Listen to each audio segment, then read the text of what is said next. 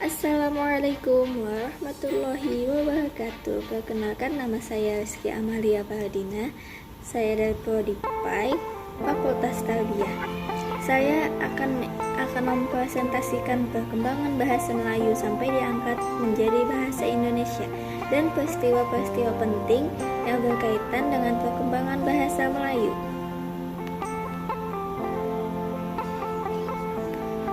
Berdasarkan keputusan Kongres Bahasa Indonesia 2 tahun 1954 di Medan, antara lain menyatakan bahwa berdasarkan sejarah, bahasa Indonesia mempunyai akar dari bahasa Melayu. Bahasa Indonesia tumbuh dan berkembang dari bahasa Melayu yang sudah dipergunakan sebagai bahasa penghubung bukan hanya di Kepulauan Nusantara, melainkan hampir di seluruh Asia Tenggara. Bahasa Melayu mulai dipakai di kawasan Asia Tenggara sejak abad ke-7. Perkembangan dan pertumbuhan bahasa Melayu tampak makin jelas dari peninggalan kerajaan Islam, baik yang berupa batu bertulis seperti tulisan batu nisan di Minye Tujoh, Aceh berangka tahun 1380 Masehi, maupun hasil susastra pada abad ke-16 dan abad ke-17. Seperti Syair Hamzah Pansuri, Hikayat Raja-Raja Pasai, Sejarah Melayu, Tajus Salatin, dan Bustanus Salatin.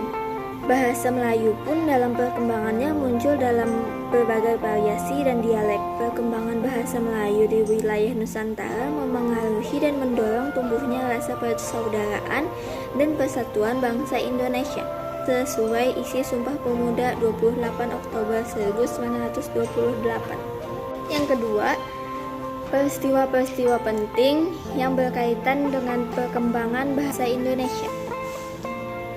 Itu penyusunan ejaan resmi bahasa Melayu pada tahun 1901 oleh Khairul A. van of Huyssen yang termuat dalam kitab Logot Melayu. Ejaan ini disebut Ejaan Van of Huyssen.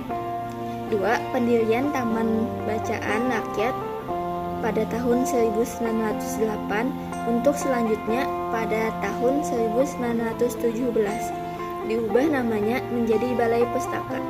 3. Ketetapan Ratu Belanda pada tahun 1918 yang memberikan kebebasan kepada para anggota Dewan Rakyat untuk menggunakan bahasa Melayu dalam forum.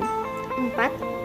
Peristiwa Sumpah Pemuda pada tanggal 28 Oktober 1928 yang diantaranya menetapkan bahasa Indonesia yang berasal dari bahasa Melayu sebagai bahasa nasional.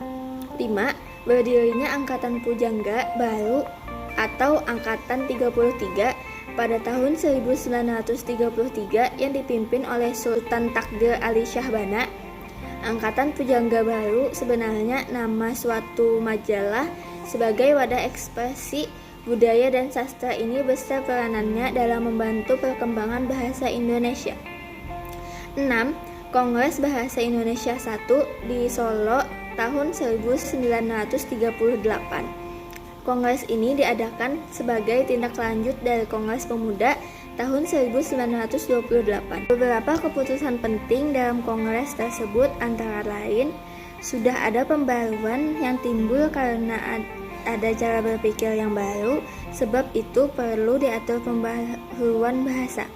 Gramatika yang sekarang tidak memuaskan lagi dan tidak menurut wujud bahasa Indonesia, karena itu perlu disusun gramatika baru yang menurut wujud bahasa Indonesia. Para wartawan perlu berupaya memperbaiki bahasa Indonesia di dalam persurat kabaran. Untuk kemajuan masyarakat Indonesia, penyelidikan bahasa dan kesusastraan dan kemajuan kebudayaan bangsa Indonesia perlu didirikan perguruan tinggi kesusastraan secepatnya.